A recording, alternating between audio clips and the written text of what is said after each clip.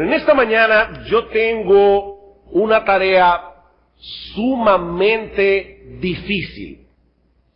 Yo tengo la tarea de interesarlos en un tema que la mayoría de las personas prefieren evitar, al mismo tiempo que tratar de llevarlos a buscar una solución a un problema que la mayoría de las personas ignora tener.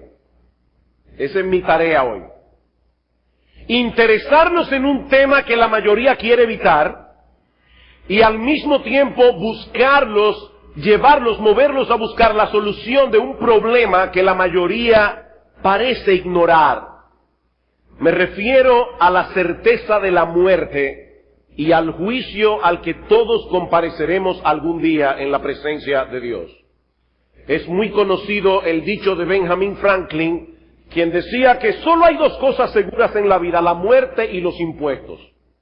Bueno, si Benjamin Franklin hubiera vivido en República Dominicana, habría sabido que aquí hay formas de evadir los impuestos.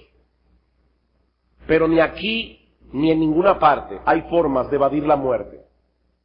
Eso es imposible.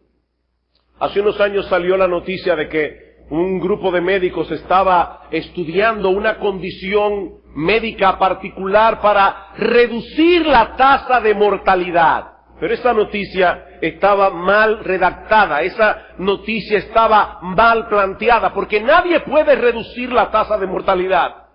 Siempre ha sido y siempre será de un 100%. ¿Cuál es la tasa de mortalidad? Un 100%. Todo el que nace se va a morir. Tú que estás aquí sentado en esta mañana, tú te vas a morir. A eso se refería un letrero que decía: come adecuadamente, haz ejercicio y muérete a pesar de todo. Ese no es el tipo de anuncio, de eslogan que uno encuentra en los gimnasios.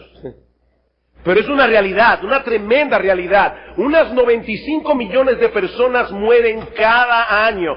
3 cada segundo. Eso quiere decir que desde que yo me paré aquí en este púlpito hasta ahora, han pasado de este mundo a la eternidad 200 personas. En el tiempito que estamos aquí hablando. Así que nosotros podemos tratar de evadir el tema, pero de ninguna manera podremos evadir la muerte.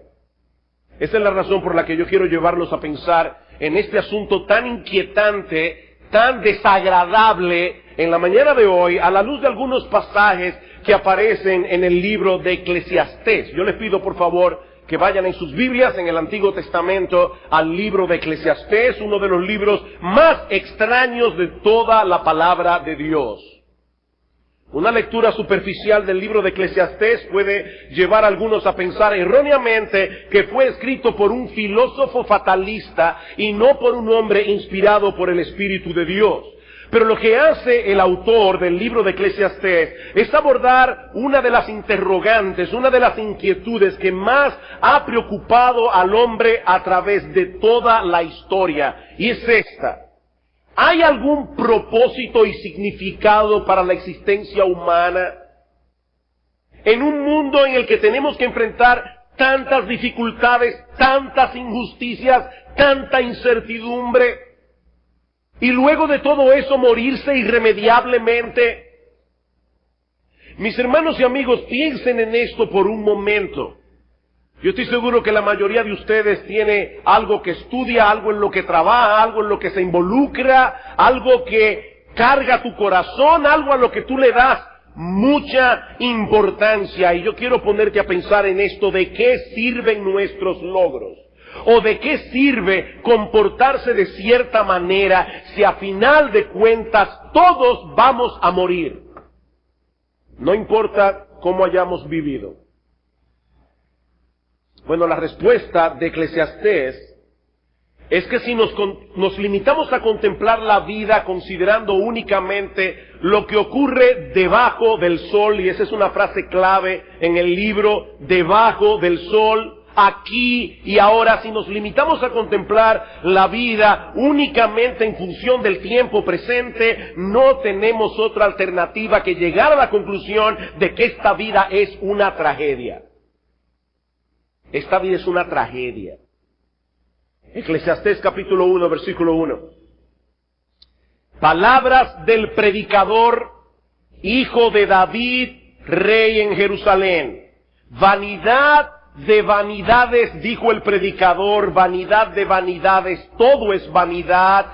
¿Qué provecho tiene el hombre de todo su trabajo con que se afana debajo del sol? ¿Ven ahí el énfasis? No es simplemente el trabajo, no es simplemente la vida, es la vida contemplada únicamente debajo del sol. Si no hay nada más allá después de pasar por el umbral de la muerte, si eso es así, dice el autor de Eclesiastés, esta vida no tiene sentido. Vanidad de vanidades, todo es vanidad. Y esa es una palabra hebrea que también se repite una y otra vez en el libro de Eclesiastés, aparece unas 36 veces. Esta palabra significa inutilidad, vapor, niebla, o como dice un comentarista, señala algo que se desvanece rápidamente y no deja rastro. Por eso otra versión de la Biblia traduce esta expresión como lo más absurdo de lo absurdo, todo es absurdo. Y otro lo traduce frustración de frustraciones, todo es frustración. Un correr tras el viento, dice literalmente en el versículo 14 del capítulo 1. Eso sería nuestra vida si todo lo que tuviéramos fuera esta vida. ¿Captaron el asunto? Es debajo del sol. Esa sería la vida del hombre si todo lo que tuviéramos fuera esta vida. Yo estoy seguro que la mayoría de ustedes van a estar de acuerdo conmigo en que vivir en este mundo tiene sus encantos, pero también tiene un montón de problemas. Y al final nos vamos a morir de todos modos. La muerte es como un fantasma, es como una sombra que nos sigue a lo largo de toda nuestra existencia, desde el mismo momento en que nacemos. Desde el mismo momento del nacimiento tú comenzaste a morir. Y no importa lo saludables que estemos, no importa la etapa de la vida en la que nos encontremos, niños y jóvenes, ustedes deben también prestar atención a lo que estamos diciendo aquí. Puede ser una persona decente, puede ser una persona francamente inmoral, lo cierto es que todos nos podemos morir en cualquier momento. Dice en Eclesiastés capítulo 9, versículo 2, todo acontece de la misma manera a todos. Un mismo suceso ocurre al justo y al impío, al limpio y al no limpio, al que sacrifica y al que no sacrifica. En otras palabras, al religioso y al que no lo es. Al religioso y al que no lo es. Ninguno de nosotros puede estar seguro de que amanecerá vivo mañana.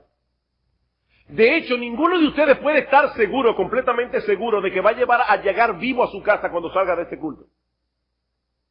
No podemos estar seguros.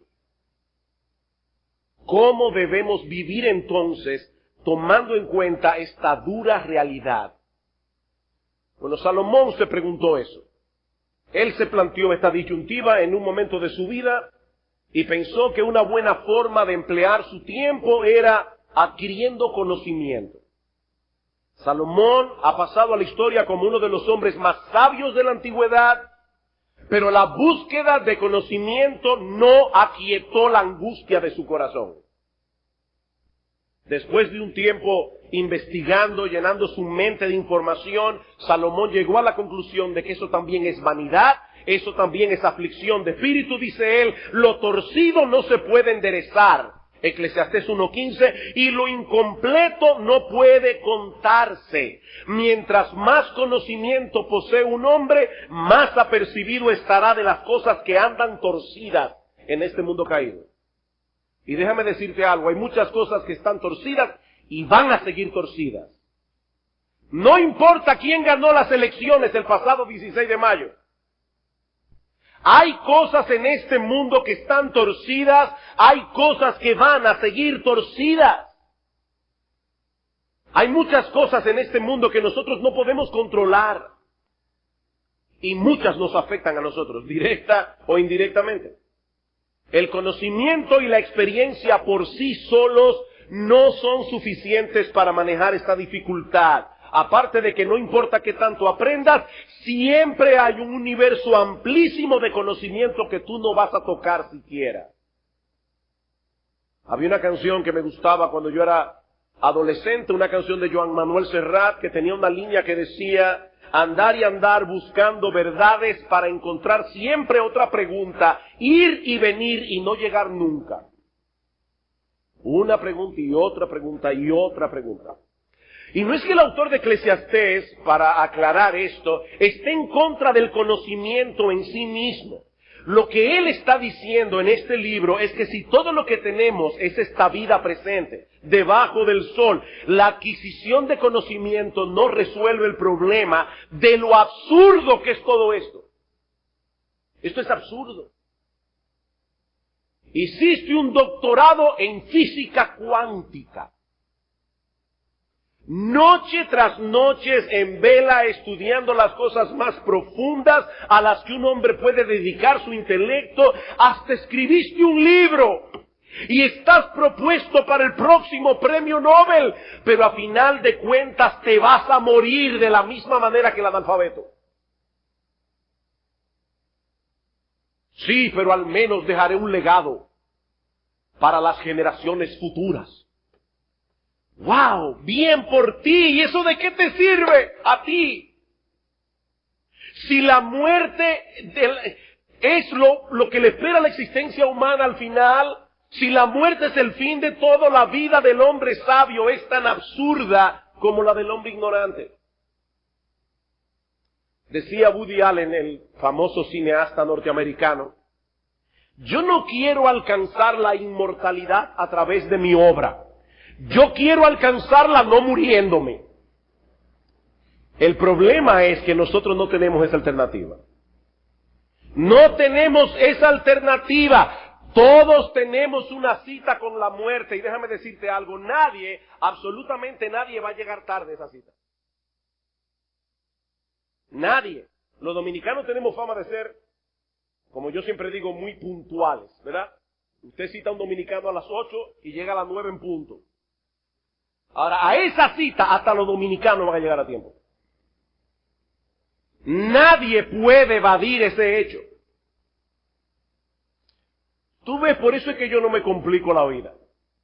Yo no me complico la existencia. Mi filosofía es: goza todo lo que puedas, mientras puedas y como puedas, porque la vida es ahora, como decía un anuncio de una tarjeta de crédito. La vida es ahora. Bueno, si esa es tu forma de pensar, considera otra vez el ejemplo de Salomón. Siendo rey de Jerusalén, este hombre era inmensamente rico y con muchas oportunidades de obtener todo lo que quisiera. Dice en el capítulo 2, versículo 10, no negué a mis ojos ninguna cosa que desearan, ni aparté mi corazón de placer alguno, porque mi corazón gozó de todo mi trabajo. Este hombre se dedicó a vivir para el deleite. Pero esa vida tampoco satisface, porque el placer de hoy, el entretenimiento de hoy, la alegría de hoy no te sirve para el hastío de mañana. Créeme, no te sirve para el hastío de mañana. Aparte de que nosotros los seres humanos terminamos acostumbrándonos a casi todo. Y lo que hoy despierta tu interés es probable que mañana te aburra. Y yo estoy seguro que tú sabes de lo que yo estoy hablando, porque seguramente te ha pasado a ti. Estamos sumamente emocionados con algo, lo conseguimos, nos alegramos 2 o 3 días y ya. Ya lo tienes, ya te acostumbras, ya te aburre, ya no te interesa. Miren, yo no creo que en toda la historia de la humanidad haya habido una época en la que el hombre haya tenido tantas cosas con las cuales divertirse y entretenerse que en esta época. Usted va a un restaurante y se encuentra 4 personas sentadas en la misma mesa, cada uno con un iPad o con un iPod. Yo no sé si es que se comunican a través del Messenger. Yo no sé por qué todo el mundo está con algo, tecleando algo. Esa es la cosa más maleducada que hay. Amén. De verdad, a veces no solamente son los iPods, los iPads, a veces es el teléfono celular. Usted se imagina que usted está hablando con alguien, con una persona, y que una tercera persona viene y dice, atiéndeme, atiéndeme, atiéndeme, atiéndeme. Tú le dirías, está loco. Eso es lo que hace el celular. Atiéndeme, atiéndeme. Y tenemos jueguito en el celular, y Messenger en el celular, y muchas cosas en el celular, y puedes meterte en YouTube en el celular y bajar una canción en el celular, y sin embargo hoy día el aburrimiento está alcanzando niveles de epidemia. La gente está aburrida, a pesar de tantas cosas con las cuales entretenerse. El hombre que vive para el placer es como un personaje de la mitología griega llamado Sísifo, que por haber ofendido a Zeus fue condenado a estar toda la eternidad en el Tártaro, cargando una piedra enorme, empujando una piedra enorme hasta la cima, y cuando llegaba a la cima la piedra volvía a caer y Sísifo tenía que comenzar otra vez y otra vez y otra vez. No importa cuánto podamos satisfacer nuestros deseos, lo cierto es que nuestra carne siempre pide más. Por eso dice en Proverbios que nosotros tenemos una sanguijuela que dice, dame más, dame más. Y por más que disfrutes, la realidad de la muerte te sigue persiguiendo como una sombra. Y mira, puede ser que los placeres de esta vida te lleven a olvidar momentáneamente el hecho de que te vas a morir, pero no alejarán ni un segundo la realidad de la muerte. El entretenimiento te lleva a olvidarte que te vas a morir, pero te vas a morir, por más entretenido que estés. Ahora, lo que sí puede hacer la diversión y el entretenimiento es mantenerte distraído hasta que sea demasiado tarde. Por eso decía en Eclesiastés capítulo 7 versículo 2, mejor es ir a la casa del luto que a la casa del banquete, porque aquello es el fin de todos los hombres y el que vive lo pondrá en su corazón. Mejor es el pesar que la risa, porque con la tristeza del rostro se enmendará el corazón. El corazón de los sabios está en la casa del luto, dice Eclesiastés, mas el corazón de los necios en la casa donde hay alegría. Una de las canciones más emblemáticas de nuestra generación, escrita por Paul Anka, popularizada por Frank Sinatra, es A mi manera. A mi manera. Esta canción retrata perfectamente la filosofía de vida que muchos han escogido para su propia desgracia. Y hay una parte de esta canción donde dice, he tenido muy pocos remordimientos. De hecho, muy pocos como para mencionarlos. Hice lo que tenía que hacer y lo hice con franqueza. Yo mismo decidí el camino a seguir, pero lo mejor de todo es que lo hice a mi manera. Y eso suena muy placentero, pero las últimas palabras que se recuerdan de Frank Sinatra antes de morir fueron, me estoy perdiendo. Me estoy perdiendo. Toda su fama no le impidieron morirse. Y lo que es más trágico aún, de nada le servirá cuando este hombre tenga que presentarse delante de Dios para dar cuenta de sí habiendo vivido a su manera. En Lucas 12, el Señor Jesucristo relata una parábola que gira alrededor de un hombre próspero, un hombre que había tenido mucho éxito en sus negocios. Si lo pondríamos en el día de hoy, diríamos es un hombre que tenía cuenta en un banco en Suiza, en las Islas Caimán. Un hombre que podía gastar y gastar y gastar y ya no se le iba a acabar nunca la fortuna que tenía. Y dice Cristo que este hombre estaba pensando dentro de sí, derribaré mis graneros y los edificaré mayores, y allí guardaré todos mis frutos y mis bienes, y diré a mi alma, alma, muchos bienes tienes guardados para muchos días, para muchos años, repósate, come, bebe, regocíjate, tú te lo mereces. Has trabajado toda tu vida arduamente, ahora dedícate a disfrutar la fortuna que has hecho. Pero Dios le dijo, necio, esta noche vienen a pedirte tu alma. y lo que has provisto, ¿de quién será? Y Cristo termina diciendo, así es el que hace para sí tesoro y no es rico para con Dios. Miren, es muy humillante que alguien nos tenga por necio. Es humillante. Pero cuando ese veredicto viene de la boca de Dios, el asunto es más serio todavía. Y lo que Cristo está diciendo aquí en Lucas capítulo 12 es que para Dios no hay mayor necedad que llegar al momento de encontrarse con Él, llegar al momento de partir de este mundo sin estar debidamente preparado. Dios opina que no hay mayor necedad que esa. Y es precisamente hacia allí donde nos lleva de la mano el autor de Eclesiastés, al final del libro.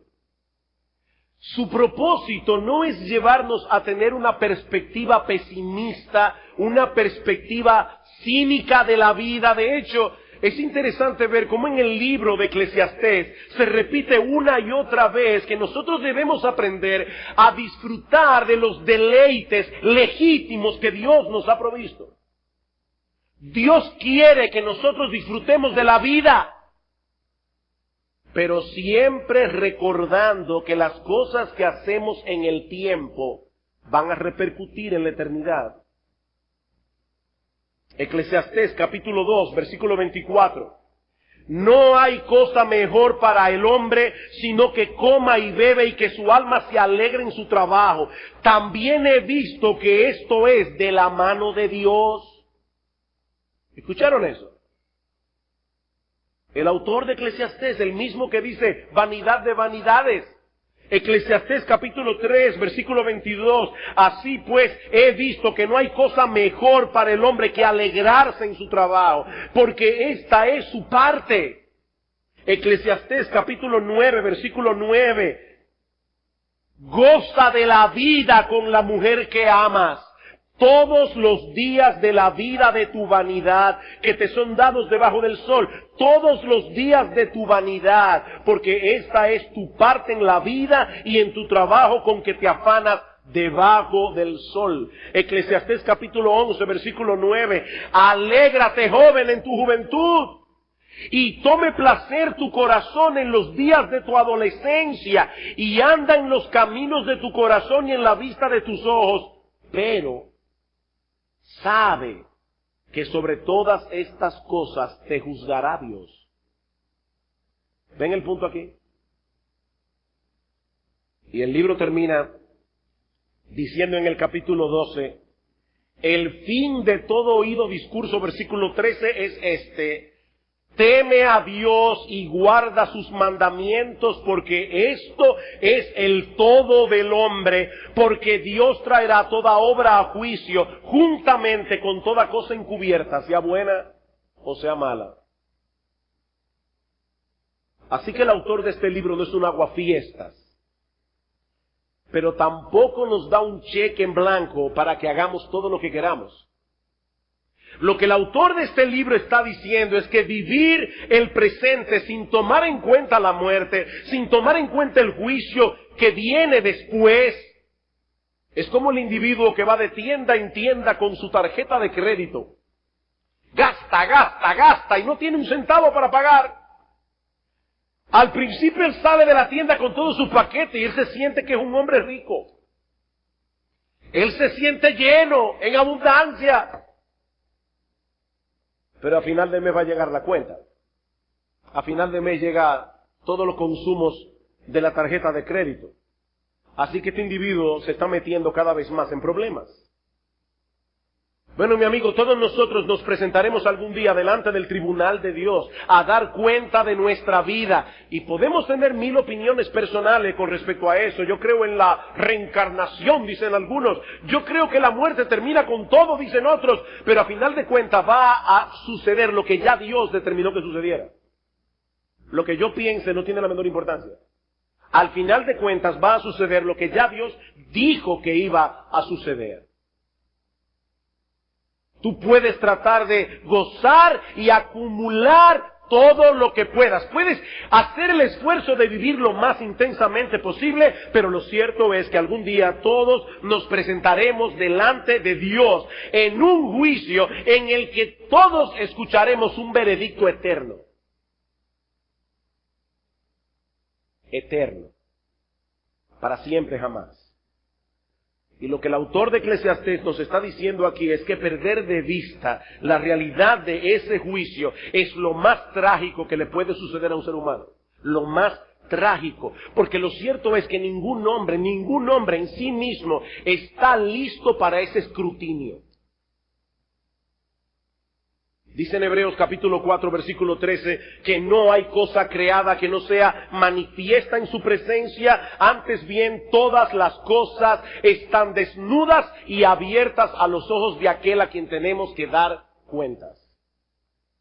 Y en Hebreos capítulo 9 versículo 27 dice que está determinado para todos los hombres que mueran una sola vez. No hay reencarnación, es una sola vez. Y después de esto, el juicio. C.S. Lewis, el autor de las Crónicas de Narnia, dice que todos los hombres tienen dos características muy peculiares. Por un lado, dice él, todos sentimos que debemos comportarnos de cierta manera. Por eso es que tú llegas a un sitio y dices, esa silla es mía, como me pasó el jueves pasado, que yo llegué a una charla que estaban dando en Novocentro, llego y me siento y una señora vino rápidamente y me dijo, esa silla es mía. Ella entiende que si alguien llega primero a una silla, es de ella o es de él. Dame de tu manzana porque yo te di de la mía. Todos sentimos que hay una manera de comportarse, pero al mismo tiempo, dice Lewis, ninguno se comporta de la manera que ellos mismos suponen que deben comportarse. O sea, déjenme ponerlo más fácil. Todos nosotros creemos que el hombre debe vivir de cierta forma, pero al mismo tiempo todos sabemos que no vivimos de la forma en que nosotros pensamos que el hombre debe vivir. ¿Sabes qué es eso? Eso se llama conciencia. Dios le puso a todo hombre un chip desde que nace, se llama conciencia. Tú llevas delante de ti, dentro de ti, un juez, un tribunal que pasa juicio sobre todas tus acciones. Y lo malo de la conciencia es que su vocabulario no es muy amplio. Solamente sabe decir bien hecho o mal hecho. Tú quisieras buscar la manera de que te diga otra cosa, pero la conciencia no sabe decir otra cosa. Bien hecho o mal hecho. ¿Sabes por qué Dios te dio una conciencia? Para recordarte que tu vida termina en un tribunal. Tu vida termina en un tribunal. Precisamente por eso Jesucristo vino al mundo. La segunda persona de la Trinidad se hizo hombre para hacer por nosotros lo que no podíamos hacer por nosotros mismos. El Eterno se vistió de temporalidad para vivir una vida perfecta de obediencia, la que nosotros no hubiésemos podido vivir, y luego murió en una cruz para pagar nuestra deuda delante de Dios. Él y solo Él puede dar sentido, propósito a nuestra existencia en este mundo. Porque Él y solo Él puede redimirnos de todos nuestros pecados. Él y solo Él puede concedernos gratuitamente el don de la vida eterna. Él y solo Él. Yo soy el pan de vida, dice el Señor en Juan 6:35. El que a mí viene nunca tendrá hambre. El que en mí cree no tendrá sed jamás. Mira, mi amigo, tú puedes tratar de evadir la realidad de que tu vida tiene un fin. Tú puedes refugiarte en los estudios, en el placer, en el trabajo, en el dinero, en tus bienes. Pero va a llegar un día en que no podrás esconderte nunca más. Ayer estaba leyendo, por alguna razón, una historia breve de Leo Tolstoy, el autor de La Guerra y la Paz. Él escribió novelas muy largas, pero también escribió algunas novelas cortas. Y una de esas novelas se titula ¿Cuánta tierra necesita un hombre? Es la vida de un señor llamado Pahom que estaba obsesionado con adquirir tierras. Y la historia te va llevando a través de la vida de este hombre y cómo él se las ingeniaba para conseguir más tierra hasta que llegó a un lugar donde el jefe de la tribu le dijo, mira, yo te voy a vender la tierra por 1000 rublos al día. Y él decía, ¿cómo 1000 rublos al día? Yo no entiendo esa nomenclatura. Dice, bueno, es muy fácil, tú vas a comenzar a correr y a caminar en un punto de la tierra por un día, si me das 1000 rublos, y todo lo que tú abarques caminando será tuyo. Eso sí, antes de que el sol se oculte, tienes que llegar al punto de donde saliste. Y en su ambición, Pahom comenzó a caminar y caminar y caminar y caminar y cubrir acres y acres y acres de tierra hasta que se dio cuenta que ya casi no iba a poder llegar a tiempo, así que se devolvió y comenzó a caminar apresuradamente hacia la meta de la cual había salido, y finalmente cuando ya el sol estaba a punto de ocultarse, Pahom llegó al sitio y cayó muerto. Y al final Leo Tolstoy dice, ¿saben cuánta tierra pudo coger 2 metros donde lo enterraron? Mira, tú puedes tener miles de propiedades. Al final de cuentas, te vas a tener que quedarte con 2 metros de tierra. Esa es la realidad de todo hombre. Mira, mi amigo, Dios te ha traído aquí para escuchar su palabra. Pero puede llegar el momento en que ya no tengas oportunidad de arrepentirte, ya no tengas oportunidad de echar hacia atrás. Y no son muchas las opciones que tú tienes. No son muchas las opciones. Cristo dijo, yo soy el camino, la verdad y la vida. Nadie viene al Padre sino por mí. Nadie viene al Padre sino por mi frustración de frustraciones. Todo es frustración cuando Cristo no es el centro de tu existencia. Y por si acaso, le digo eso también a los cristianos que están aquí. Esto no es solamente para los incrédulos, esto es también para los cristianos. Todo es frustración, todo es absurdo. Si Cristo no es el centro de nuestra existencia, mi amigo, tú necesitas a Cristo. Todos necesitamos a Cristo, pero no como un aditivo en nuestra vida, no como un adorno de domingo. Necesitamos a Cristo como aquel que vino a reconciliar al hombre con Dios. Él satisfizo plenamente la justicia de Dios. Él pagó la deuda en la cruz del Calvario, pero tienes que apropiarte de Él por la fe. Por la fe. Tienes que despojarte por completo de tu propia justicia. Tienes que venir completamente desnudo y humillado delante de Dios, reconociendo tu pecado y recibiendo por gracia la salvación que Jesús pagó hasta el último centavo. Mira, si hubiese otra forma de salvarse, Cristo no habría muerto en la cruz. Él vino y murió porque no había otra forma. Porque no hay otro nombre bajo el cielo dado a los hombres en el cual podamos ser salvos. Hay un solo Dios, hay un solo mediador entre Dios y los hombres, Jesucristo hombre. Un solo mediador. Cristo vino, murió y resucitó para que todo aquel que en Él cree no se pierda, mas tenga vida eterna. Que Dios bendiga su palabra en medio nuestro. De tal manera que muchos vengan hoy a su presencia en arrepentimiento y fe. Que Dios bendiga su palabra. Vamos a orar. Padre, queremos darte gracias, muchas gracias, oh Señor, porque en tu amor, en tu bondad, en tu misericordia, no solamente nos has dado a tu palabra, nos diste a Cristo, la segunda persona de la Trinidad, hecho hombre. Gracias, oh Señor, por su vida perfecta de obediencia. Gracias por su muerte en la cruz. Gracias por su resurrección. Padre bueno, bendice tu palabra hoy. Señor, en este lugar hay dos grupos de personas, solo dos, creyentes y no creyentes. Yo te ruego, Padre, que tú tomes tu palabra y la apliques en el corazón de cada creyente que está en este salón para que vuelva a recordar que Cristo y solo Cristo debe ser el todo de nuestra vida.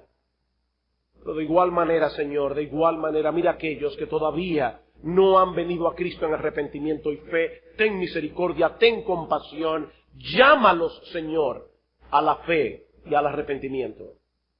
Porque te lo suplicamos en el nombre de Cristo. Amén.